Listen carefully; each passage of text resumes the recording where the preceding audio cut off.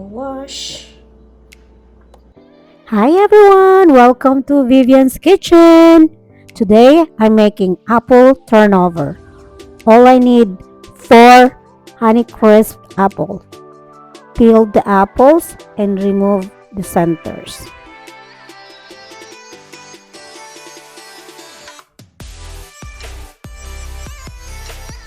Dice the apples into 3/3 thick pieces.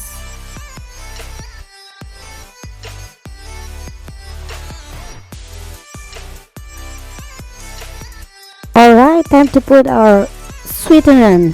Half cup sugar, brown sugar, half tablespoon ground cinnamon, and 8 teaspoons salt. Combine all the ingredients. Alright, place the pot over medium heat and melting 1 tablespoon butter. Pour the apples. Continues to simmer about 3 minutes or until soft and caramelized. Then take them out from heat, set aside and cool. Alright, time for the fat pastry dough. In one box, it has 2 sheets fat pastry dough. Alright, lightly dust your work surface with flour.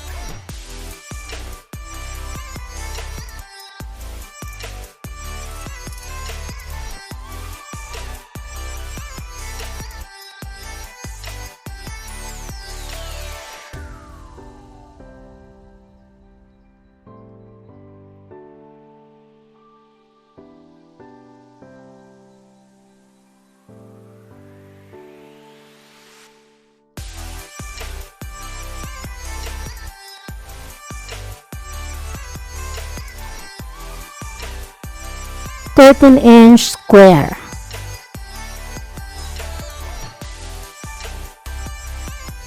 Cut the pastry into 4 equal size using pizza cutter. Repeat the process to the remaining pastry.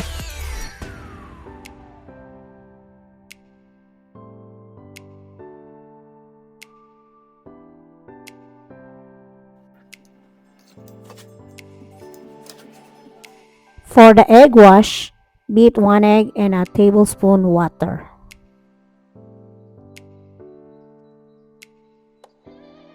Next, add 2 tablespoons heaping cold apple mixture over the center of each square.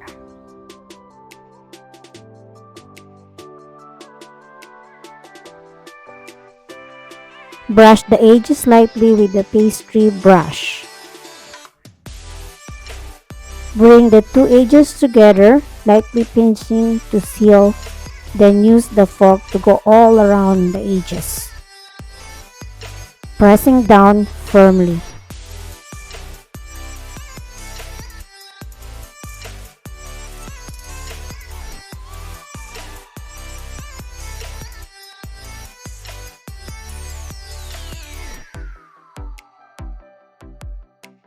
Cut 3 slits on the top to create vents. Then transfer them to parchment lined baking sheets.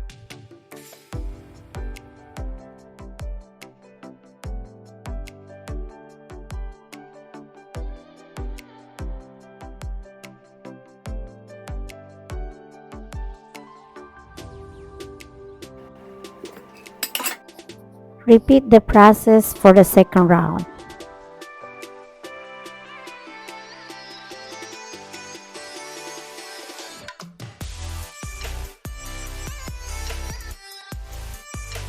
Next, refrigerate for 20 minutes. Keep the juices for leaking out. Preheat the oven to 400 degrees Fahrenheit. Bake for 23 minutes. Brush the top with the remaining egg wash.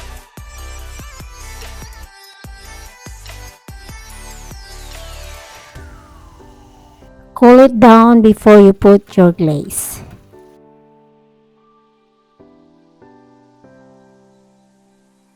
Anyway, for glaze, I'm using evaporated milk.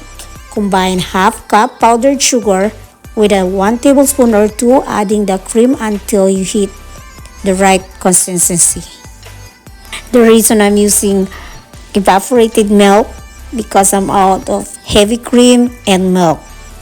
That's all I can find in my cupboard. Can't wait to try. Looks good. Promise, this is so delicious. So good.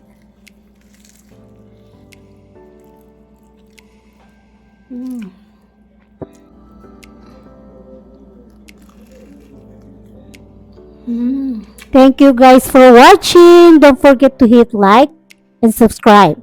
See you next video. Bye.